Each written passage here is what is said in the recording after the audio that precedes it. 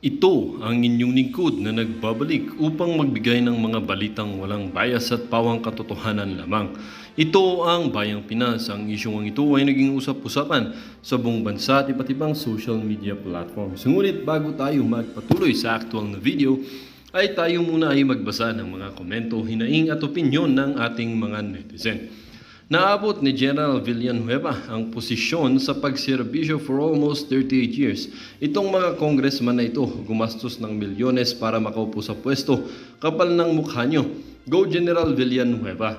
Galit sila kay Wilkins dahil tinamaan sila sa sinabi niya na kahit kanino siya tumingin, di siya nagkurap. Di nabayaran, napahiya sila dito lalo na si Abante kaya galit na nag-react. Hay nako, ako lang, nakaka-stress na itong mga buwisit na mga congressman na ito. Move on na kayo. Imbestigahan nyo ang mga sarili nyo para matapos na ang problema ng taong bayan. Ang kahirapan dahil sa inyong mga magnanakaw.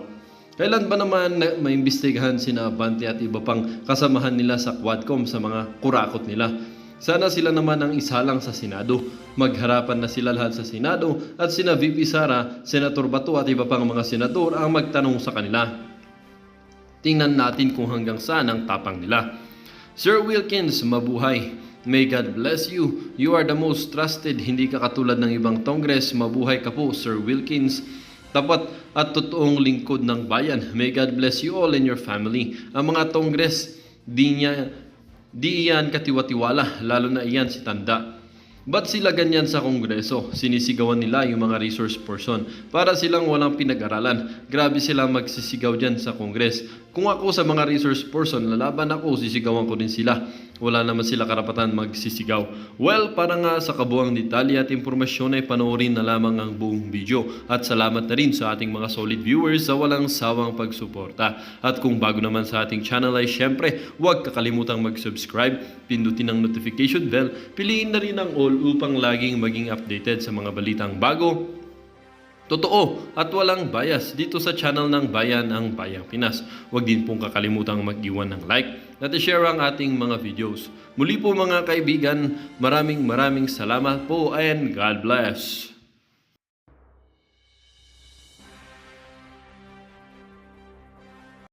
Just a moment, Your Honors. No? I saw PIDEA Director General Wilkins Villanueva raising his hand. May I know what that is, General Villanueva? Mr. Chair, habang tinatanong ni Honorable Congresswoman Luistro si Colonel Asierto, inabanggit niya ang pangalan ko as one of those na may patong sa sindikato. Sige, please explain. You have 2 minutes. Mr. Chair, nagsilbi ako ng 38 years laban sa insurgency, anti-terrorism, kidnapping, at illegal drugs. Never na pumatong ako. Kaya kong tumingin kahit kaninong mata na wala akong pinirahan kahit kanino. Now, bakit ko daw kinlir si Michael Yang? 2004, kahit magtumbling-tumbling si Colonel Asierto, walang pangalang Michael Yang na personality sa Davao Clandestine Laboratory. Dahil kung kasama ang Michael Yang doon, dapat kasama siya sa kinasuhan namin. Umabot ng 2016, wala pa rin Michael Yang. Now, tinanong ni Honorable Congresswoman Luistro, si Colonel Asierto, ano ba ang report na ibinigay mo kay General, kay Chief PNP? Ang sabi niya, si Michael Yang ay kasama ni Alan Lim at Johnson Chua. Johnson Chua is a personality. Kasama po siya sa kaso. Alan Lim is a personality na nahuli sa Cavite Clandestine Laboratory. Just because kasama mo yung Alan Lim and Johnson Chua na wala ka pang pinapasok na ebidensya na related sila, ipapasok mo na agad ang pangalang Michael Yang. In fact, walang information na pumasok sa akin na Michael Yang is involved. Point of order, Mr. Chair. Magsasalita na po si Dila-Dila. Pakinggan po natin yung point of orders ni Dila-Dila. ito po ang ating pastor. Ay, hindi pala. Pastor nila. Ewan ko kung ilan pa yung kongregasyon. Pakinggan po natin. Ano ba, sino ang pinapaliwanag ni General Villanueva? Siya ba o si Michael Yang? Sino ba pinapaliwanag mo? Sarili mo? Sarili ko, Mr. Chair. Paliwanag mo yung sarili mo. Yes, sir. Ba't mapagin ka na ibang pangalan dito? No, Mr. Chair, kasi... ngayon na lang ako. Mr. Chair, ang Ngayon na lang ako sinabi kasi... nagsalita, ha? Hindi ako nagkasalita kanina Yes, pa. Ha? yes, Mr. Chair. Eh, paano ka nagsalita? Nadali ka na. Ayan po, litaw na naman ang kanyang dila. Oh, nakikita po ninyo. Ayan, oh. O yan, oh, litaw na naman ang dila niya. Malupit talaga, oh. Ayan, oh. Ayan po, oh. Ibang po ito, ibang klaseng nilalang to, ibang klaseng nilalang. Hindi raw po siya nagsasalita. Ha? Bakit hindi ka magsalita? May nagbabawal ba sa'yo magsalita? Ha, Brad? Magsalita ka kung gusto mo magsalita. Oh. Diba? Walang ganyan, yung nilalabas mo yung dila mo. Ayos din tong si Benny Abante, no? Sasabat siya sa, sa nagsasalita. Sabi niya, kanina pa ako hindi nagsasalita, ha? Wala sa ayos ang mga ito, no? Ang galing po nila, no? May pinag-aralan kaya ang mga to. Gusto po ninyo marinig ulit, paano magsalita si Benny Abante, ano? O, pangin natin, ha? Umabot ng 2016, wala pa rin Michael Yang. Now, tinanong ni Honorable Congresswoman Luistro, si Colonel Asierto, ano ba ang report na ibinigay mo kay General, kay Chief PNP? Ang sabi niya, si Michael Yang ay kasama ni Alan Lim at Johnson Chua. Johnson Chua is a personality. Kasama po siya sa kaso. Alan Lim is a personality na nahuli sa Cavite, clandestine laboratory. Just because kasama mo yung Alan Lim and the Johnson Chua na wala ka pang pinapasok na ebidensya na related sila, ipapasok mo na agad ang pangalang Michael Yang. In fact, walang information na pumasok sa akin na Michael Yang is involved. Point of order, Mr. Chair.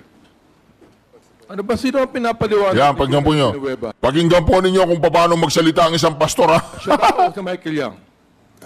Sino ba Chair. pinapaliwanag mo? Sarili mo? Sarili ko, Mr. Chair. Paliwanag mo yung sarili mo. Yes, sir. Ba't mapagin ka na ibang pangalan dito? No, Mr. Chair, kasi... ngayon na lang ako. Mr. Chair, ang Ngayon na lang ako sinabi kasi... nagsalita, ha? Hindi ako nagkasalita kanina pa. Ha? Yes, Mr. Chair. Ang sinabi kasi ni Colonel Asher, Paano niya maipapaliwanag ang sarili niya hindi niya binabanggit si Michael Yang? Paano magpapaliwanag ang tao? Sige nga, sabihin mo, Benny Abante. Sabihin mo, paano niya ipapaliwanag ang sarili niya kasi dinidiin siya na tinanggal daw niya sa listahan si Michael Yang, nilinis ang pangalan ni Michael Yang. Sige nga, paano mo ipapaliwanag yun, Benny Abante, ha? Paano mo ipapaliwanag ang sarili mo na si Michael Yang ay hindi kasama sa mga nahuli o sa sindikato? Na wala naman ang pangalan niya, hindi siya nadawit. Paano mo ipapaliwanag yun na hindi binabanggit ang pangalan ni Michael Yang? Ganito, ha? Hindi ko po alam paano mo ikukwento ang buhay ni Benny Abante kung hindi mo binabanggit na siya ang pangalan ni Benny Abante. Sabi niya, huwag kang mambabanggit ng pangalan dito, ha? Huwag kang magbabanggit ng pangalan. Paano nga kay Benny Abante, paano siya magpapaliwanag na hindi binabanggit si Michael Yang? Yan po ang ating pinakamamahal na Quadcom. Tricom na lang pala, Tricom. Kasi si Benny Abante, tsaka si Dan Fernandez, tsaka si Griado, nag-threesome, nag-usap-usap. Hindi po yung threesome na nagjugjugan, ha? Yung nag-usap lang, threesome na usap. Ayos din itong si Benny Abante. Huwag kang magbabanggit ng pangalan dito, ha? Paano siya makapagpaliwanag, Benny? Ay, mga security, pakibitbit to. Alam mo, Benny Abante, pinagtatawanan ka na ng mga tao, hindi mo alam.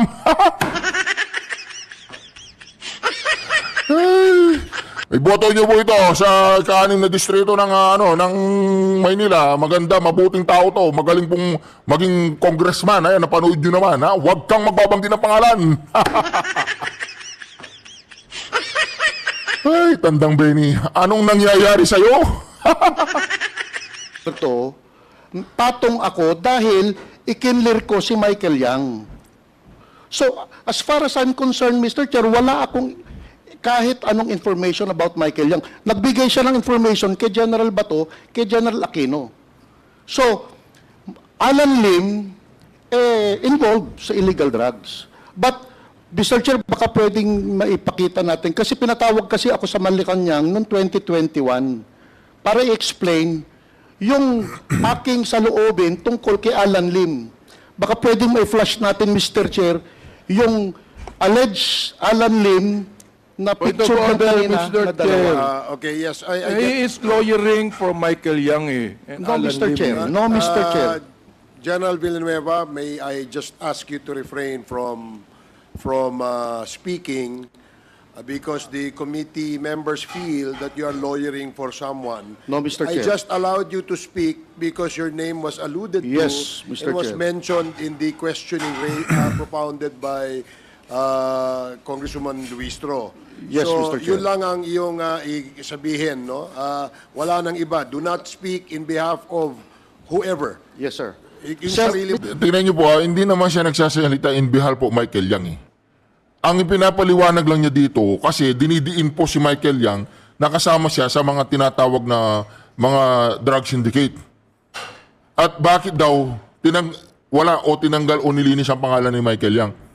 Ang ine-explain po dito ni General Villanueva ay sa simulat sa pulpa, magsimulang 2004, yung pangalang Michael Yang ay wala po sa listahan at hindi involved. Yun po ang gusto niyang ipahatid.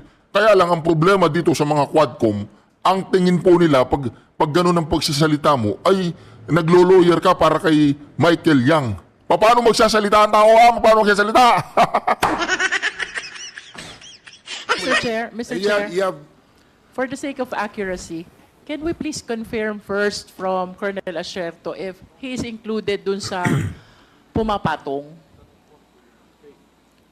Mr. Chair. Andiyan pa ba si Colonel Asierto? Colonel Asierto? Yes, sir. Yes, Ah, Mr. Chairman. Yes, ang tanong ni Congresswoman Luistro, kung included ba raw sa iyong statement na may mga patong itong si General Wilkins Villanueva? Ang sinasabi ko po is clear niya si Michael Yang at si Alan Lim dun sa sinasabi niyang statement sa Malacanang. Ngayon, bakit niya i-clear? Kinausap niya ba si Michael Yang?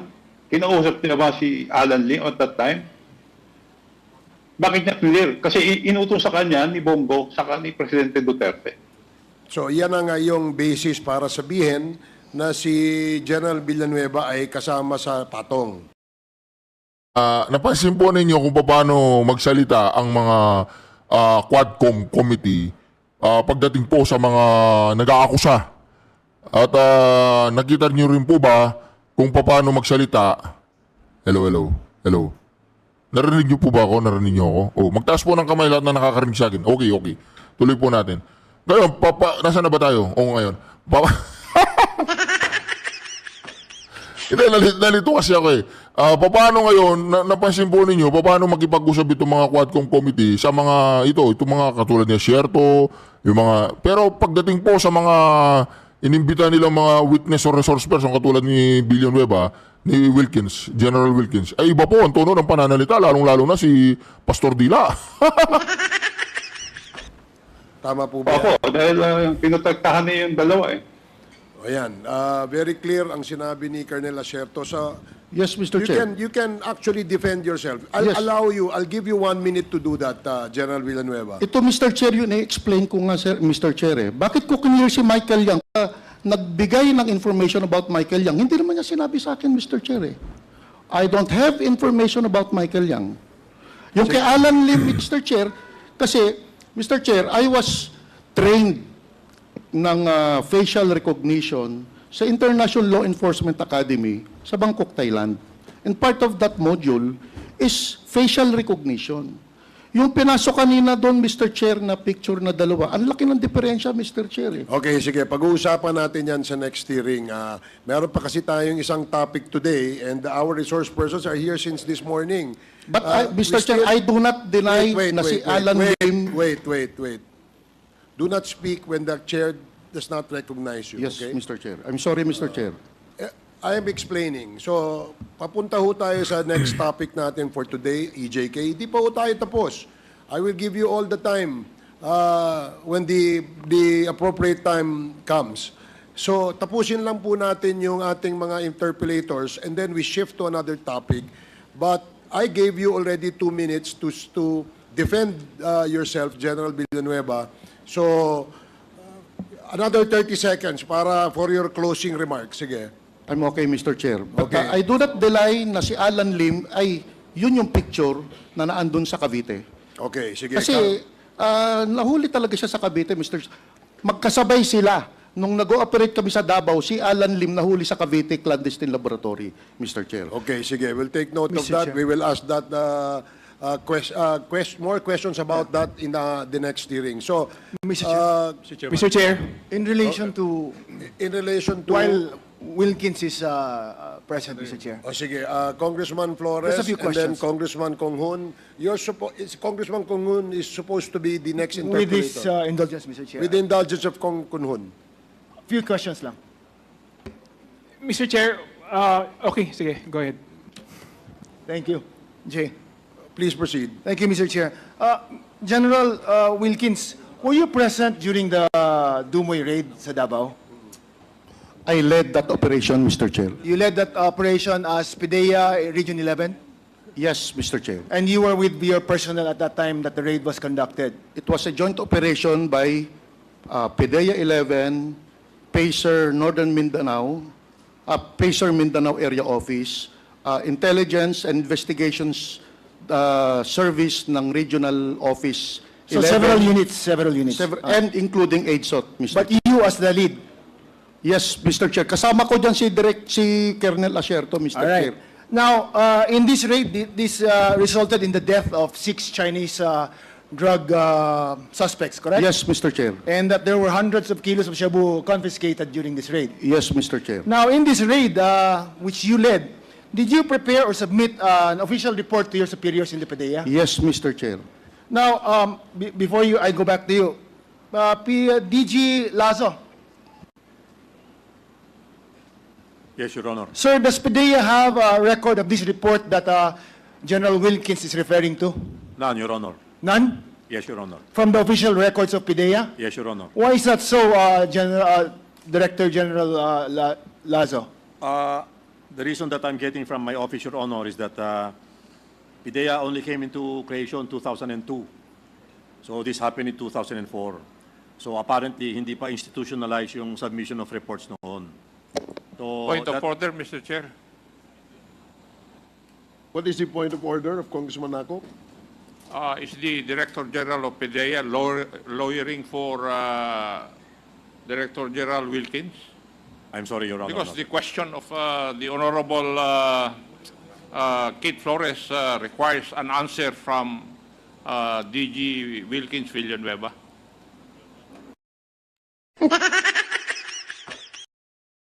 Kapag po ayaw nila yung sagot at medyo tagilid yung sagot nila, ayon doon sa narrative na gusto nilang mangyari, point of order, are you lawyering to this person? Are you lawyering to the lawyer?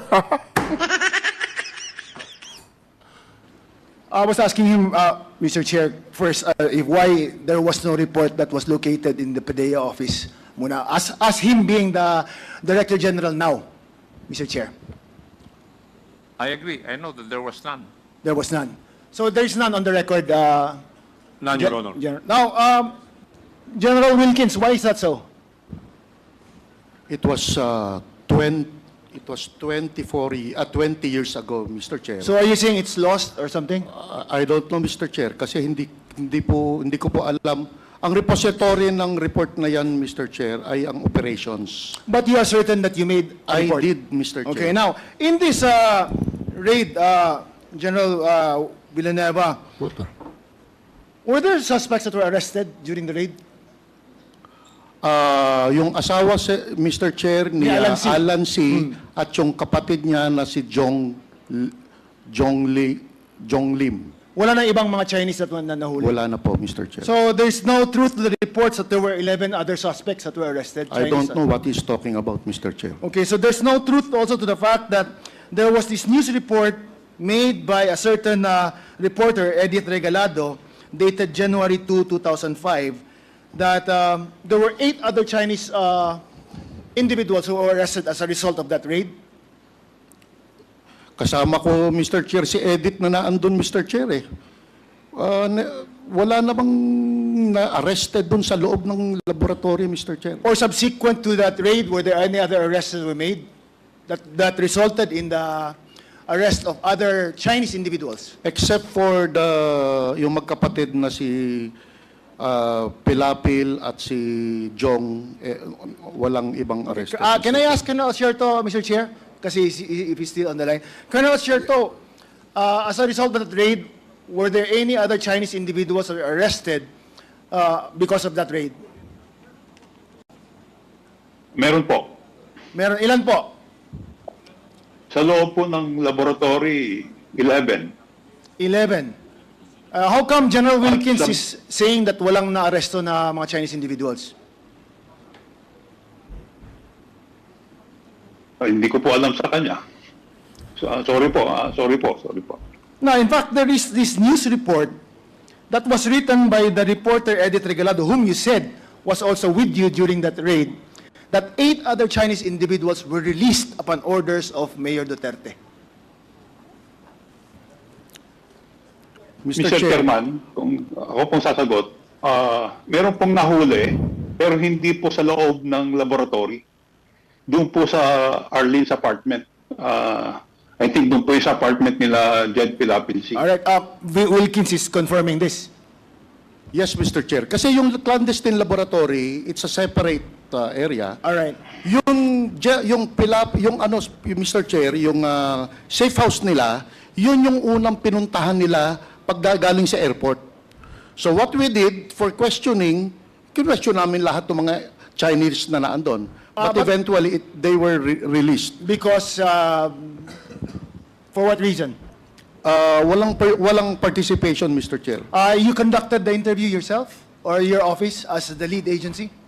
Yes, Mr. Chair. And you found nothing that would implicate them to the drug laboratory in Dumoy? Yes, Mr. Chair. Is that correct, Colonel Sierto? Sa tingin ko po mali. Kasi po ang alam ko pong humuli sa kanila ay ang Bureau of Immigration. Kaya po sila kinuha ng Bureau of Immigration for immigration violation po. Kaya po sila na-release kasi wala po sila dun sa laboratory, hindi naman po sila na huli dun sa loob. Kaya ang humuli sa kanila, kung matatandaan ko po, ay Bureau of Immigration. Kasi hindi ko nga po alam na hinuli nila yun. Nalaman ko na lang po later na. So, ang nag-imbestiga, ang humuli, Bureau of Immigration. Okay. For immigration violation po. Thank you. General Villanueva, now do you confirm that Colonel Sierto was present with you during the raid? Yes, Mr. Chair. Do you confirm that Art Las Cañas was also present during the raid? I don't know Art Las Cañas. I did not saw him. I did not even talk to him. Do you know if Sunny Buenaventura was also present during the raid? Hindi ko matandaan, Mr. Chair. But usually, kasama siya parati ni Mayor. Okay. Now, side issue lang, kasi kanina na-mention mo itong Alan Lim. You identified the picture of Alan Lim kanina, na he's the same Alan Lim that was arrested in a drug case. Yung nasa kaliwa, Mr. Chair, yun yung picture talaga niya when he was arrested. Okay. Now, would you confirm that that Alan Lim is the same Alan Lim or Lim Wei Xiong that is the spouse of Rose? Yun nga, Honoris? Mr. Chair, sana ba ipakita natin sa, yung kanina na picture, Mr. Chair. But from the information that you got, is it the same person? I don't think so, Mr. Chair. You don't think so? I'm not lawyering for him, Mr. Chair, but I don't think so. All right. Thank you, Mr. Chair. Thank you, Jay. Mr. Chairman. Thank you, Congressman Flores.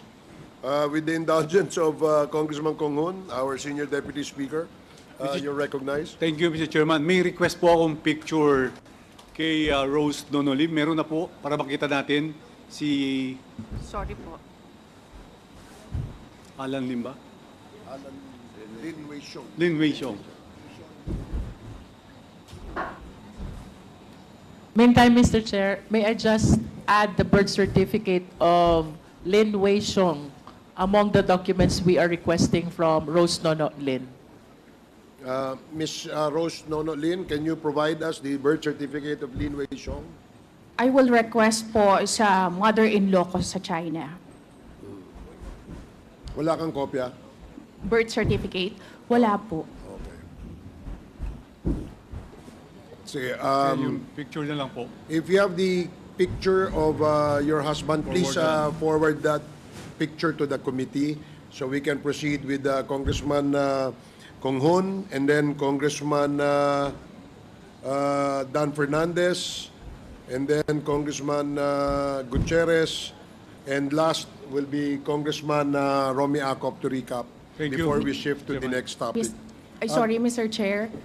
Saan ko po i-forward yung picture? Comsec, can you please assist? Thank Okay, you po. Congressman Kong Hoon, you're recognized. You have 10 minutes. Thank you, Mr. Chair. Mr. Chair, can I ask question kay Mr. Jimmy Guban lang po in connection sa tinanong ni Congressman Luistro. Please proceed.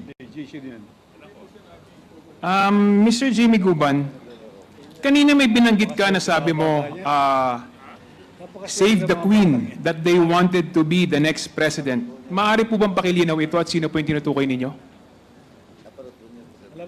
Your Honor, Yung kawayan, that involves already tight security, Your Honor, in my family again. Ayusin ko muna security ko, Your Honor, and I will divulge who are the implementors of that, Your Honor.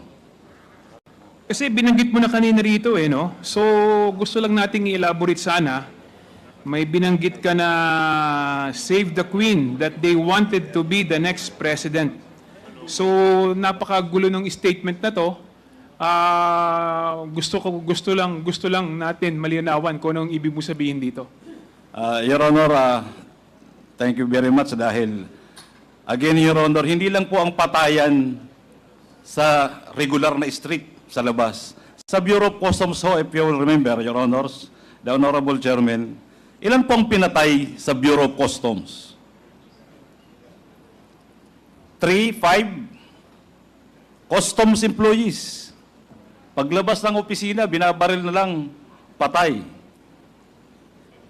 I think may nabuhay yata isa, dalawa. Nasa kulungan na po ako, Your Honor, pero minsan may nakakausap. So, that is part of the Davao Mafia, Your Honor.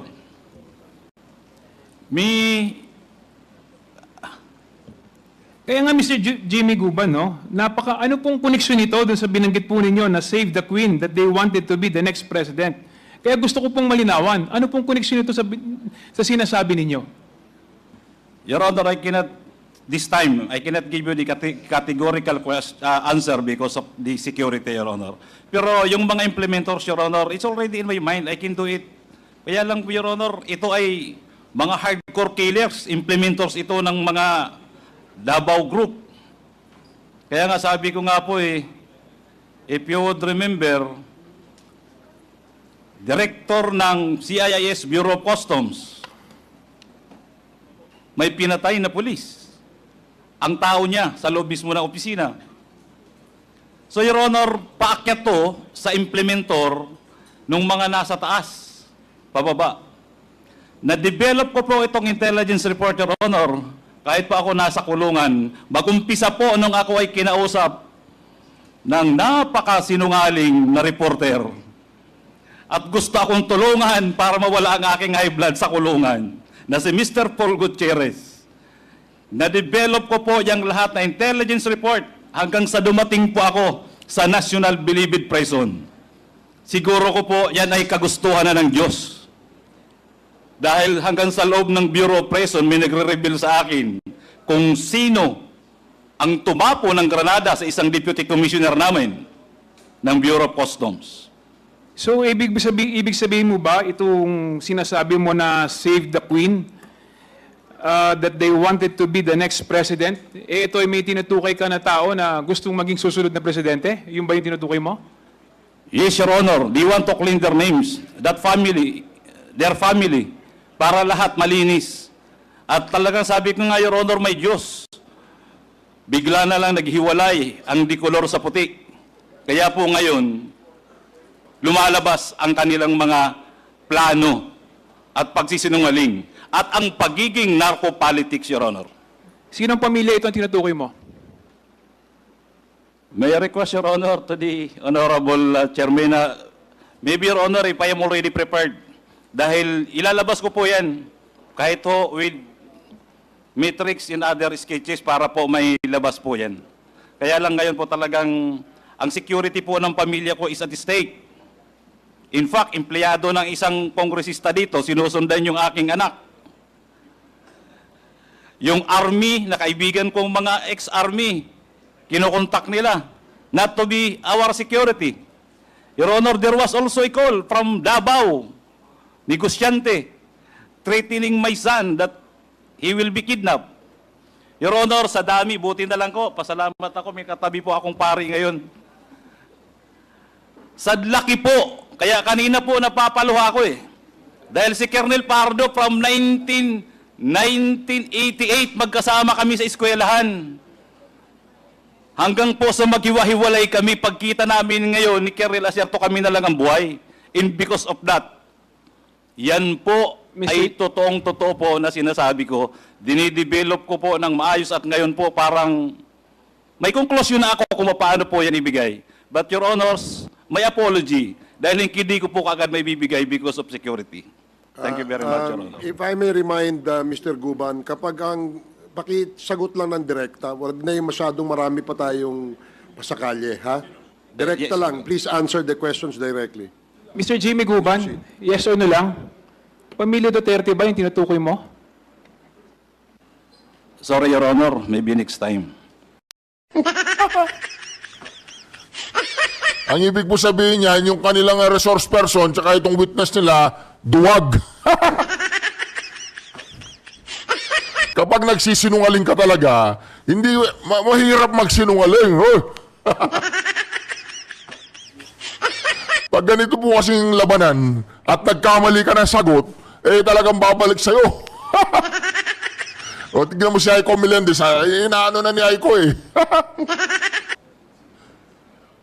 Anyway, thank you, Mr. Chair.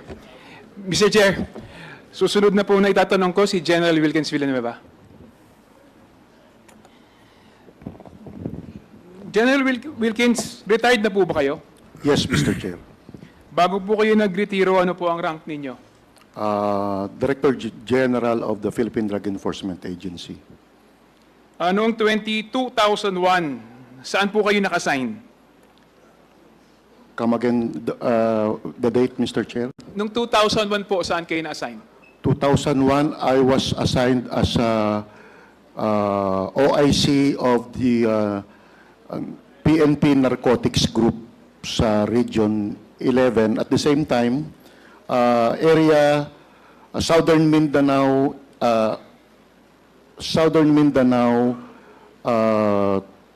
team leader po ako ng PACER during that time. General, taga Davao po ba kayo? Hindi po, Mr. Chair. Matagal na po ba ninyong kilala si former President Duterte? I was assigned in Davao from 1995 to 2007, Mr. Chair. Kaya So nga- definitely may acquaintance at nakatrabaho ko na rin po si former President Duterte. So kilala niyo po siya? Officially, sa pagtatrabaho, yes, Mr. Chair. Malapit po ba kayo sa kanya? Law enforcers kasi, Mr. Chair, malapit talaga sa kanya, Mr. Chair. Eh. Noong 2001 ay nasa Davao po kayo, malamang alam niyo po yung nangyari may alam po kayo sa Davao Death Squad. Come again, Mr. Chair? Noong 2001 po, na-assign kayo sa Davao, malamang po may alam kayo sa Davao Death Squad. Wala po akong alam sa Davao Death Squad, Mr. Chair, kasi hindi naman po ako naging chief of police ng kahit saang station ng Davao. I was assigned, pareho kami ni Colonel Acerto, as a special unit lahat lang napuntahan ko, Mr. Chair. So hindi po kayo naka-assign sa Davao? Buong Region 11, Mr. Chair, yung assignment ko. Eh. Saan po yung Not really on Davao. But ang cover ko, Mr. Chair, is Region 11. Saan po yung opisina ninyo naka-base? Davao City, Mr. Chair. So ibig sabihin, sa tagal nyo sa Davao, hindi nyo narinig yung Davao Death Squad? May mga balita, Mr. Chair, na may Davao Death Squad. Ano po ang masasabi nyo tungkol dito? Kasi, Mr. Chair, kung araw-araw na balita, tapos hindi mo naman ma-identify, you will just accept it as it is. The meron death squad, but you don't know who they are. General Villanueva, kilala niyo po ba si Arturo Las Cañas? Hindi po, Mr. Chair. Hindi po kayo magkakilala? Hindi ko kilala kahit, hindi ko man lang nakita ang mukha niyan, Mr. Chair, for my almost 12 years. Okay po. Sir, naging head po kayo ng PIDEA, tama po ba? Opo, Mr. Chair. Masasabi po ba natin na ang PIDEA is mahalagang component yan ng war on drugs ng ating Pangulong Duterte nung panahon niya? Yes, Mr. Chair. Ibig sabihin po, pinagkakatiwalaan niya po kayo? Yes, Mr. Chair, but I just want to explain, 2020 po ako nag-Director General ng PIDEA. Tama po, pero siyempre, pinagkakatiwalaan niya po kayo, kaya niya kayo in-appoint doon. Yes, Mr. Chair. Ibig sabihin po, sa pagtitiwala na yon, kilala niya po kayo? Yes, Mr. Chair. At kilala niyo rin po siya? Yes, Mr. Chair. Meron po ba kayong personal na relasyon? Wala po, Mr. Chair. Ang relasyon po namin pag droga akin. Walang pakialam kahit kay Nino. Kahit polis, walang pakialam. Pag droga, PIDEA. Masasabi niyo po ba na ang war on drugs si Presidente Duterte ay isang naging success? Mr. Chair, except for those EJ case, as far as barangay drug clearing is concerned, talagang malaki ang diferensya ng war on drugs. Alam niyo po sa artikulo, merong artikulong nilabas na sinabi niyo doon yung inyong mga accomplishment. Merong 406 elected officials, 127 members of the uniformed services, at kung ano-ano pa. Pero hindi niyo nabanggit doon sa report ninyo kung ilan yung namatay doon sa war on drugs. Meron po ba kayong tali nung panahon na yon ng PIDEA? Mr. Chair, during that time kasi, Mr. Chair, PNP po ang nagbibigay niyan eh. Kasi sa PIDEA, kung ano lang yung operation namin, yun lang ang pwede namin ibigay. But I cannot say anything dun sa namamatay nang wala naman kaming knowledge. For example, yung mga death under investigation. Sa police po yan, Mr. Chair. Hindi ba kayo kasama doon? Hindi ba Hindi kayo po kami ini-inform kasama ng ano? doon. Hindi. Hindi ba kayo ini-inform ng opisina ninyo, ng PNP? Kahit- Or wala ba kayong joint operation? Kahit nga DOJ, Mr. Chair, hindi makakuha halos ng data from the PNP during that time. So wala kayong joint operation? Meron kami joint operation, Mr. Chair.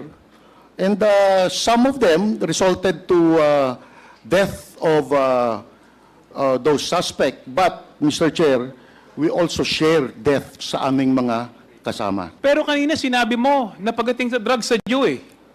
Eh ba't ngayon sinasabi mo hindi kumukonekta sa UNPNP? Pero sinabi mo kanina, sabi ni Pangulong Duterte, pag drugs akin, sabi mo eh. Yes, Mr. Chair. Oh, bakit ngayon itinatanggi mo na sinasabi mo, tinuturo mo PNP? Eh, sila yung may information about death yung death under investigation. Di ba, pakinggan po natin si Aiko Melendez dito, ha? Aiko Melendez. Si J. Konggun pala, J. Konggun.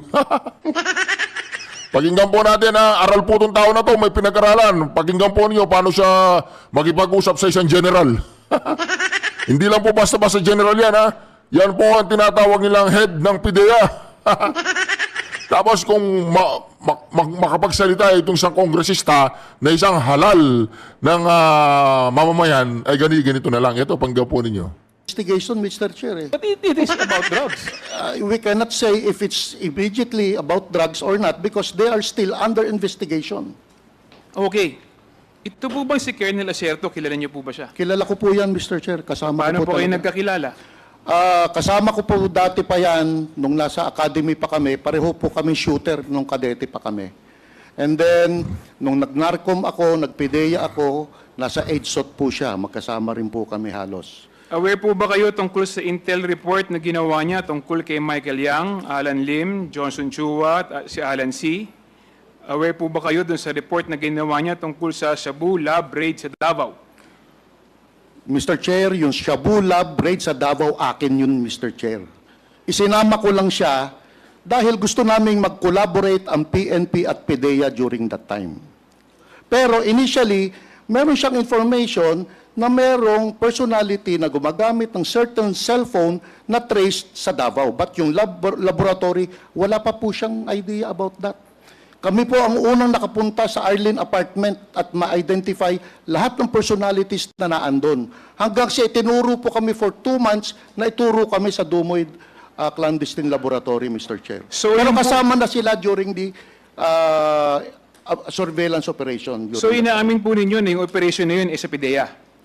Joint operation yun, Mr. Chair. So nakarating po ba yung report nito kay sa dating Pangulo na Duterte? Naibigay niyo po ba yung report sa kanya regarding dito? Regarding kanino po, Mr. Chair? Doon Na pangalan? sa ano nyo, operation ninyo? Yeah, operation before the actual clandestine laboratory operation, kinausap po natin ang aming si Mayor Duterte. Hindi po ba kasama si Michael Yang doon sa binanggit niyang sangkot sa droga noong 2024 ni Asierto? Balik tayo sa Mr. Chair. Doon 2004, wala pong Michael Yang doon, Mr. Chair. Ngayon, yung 2024, hindi ko na po alam yung kasi wala akong information, Mr. Chair.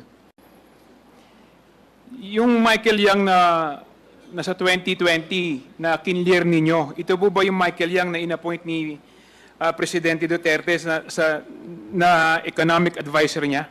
Yes, Mr. Chair. Ito rin ba yung businessman na taga Davao na malapit kay Pangulong Duterte?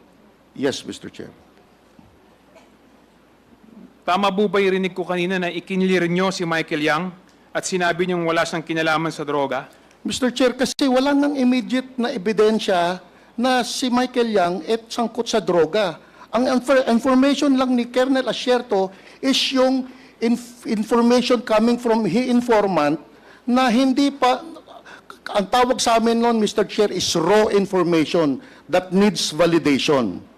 Now, kung ikaw ang may information on being an operative for so long, kung ikaw ang may information on dapat, aside from reporting it to your chief PNP, dapat nagkanda ka na ng validation. Kasi ikaw ang may information eh. So, Mr. General Wilkins, anong pamamaraan yung ginamit nyo para masabi nyo o malinis ninyo yung pangalan ni Michael Yang at kanyang mga kasamahan? We inquired from the different intelligence services all over the country at we backtrack dun sa records ng PIDEA kung merong involved na Michael Yang. Wala naman pong lumalabas, Mr. Chair. That is why we concluded na dahil during that time, hindi naman nagbigay ng report si Colonel Asierto sa akin. Ang nagbigay siya ng report kay General Bato, General Abayalde at kay Director General Aquino. So as far as I'm concerned, walang umabot na report sa akin yon, Mr. Chair. Kung baga kayo ba gumawa lang sarili yung investigasyon or nakipag-ugnayan kayo sa iba't ibang ahensya ng gobyerno? Yes, Mr. Chair. Anong ginawa niyong pakikipag-ugnayan sa iba't ibang ahensya ng gobyerno? Mga tawag-tawag and then inquiry, letters from different. Usually kasi, Mr. Chair, meron kaming grupo talaga na ang bilis ng text lang eh. Text, sir, may involvement pa to. Brad, may involvement pa to. Madali naman ang pasok ng mga information. Kanino kayo nakipag-ugnayan? Anong ahensya? Lahat, Mr. Chair. ISAF, NICA, PIDEG, sa PIDEG. Kasama ang NBI, PIDEG. NBI, AFP, yung NICA, yung ISAF, Mr. Chair, is na under AFP yun, Mr. Chair. DI. Yung DI mismo, sir, kinler sila eh. Kinler si Michael Yang eh.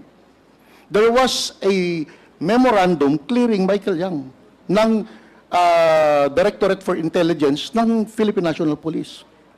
Sa ngayon po, sa nakita nyo o narinig ninyo na ginagawang investigasyon ngayon ng Quadcom, nakita nyo po na may mga lumabas na ebidensya.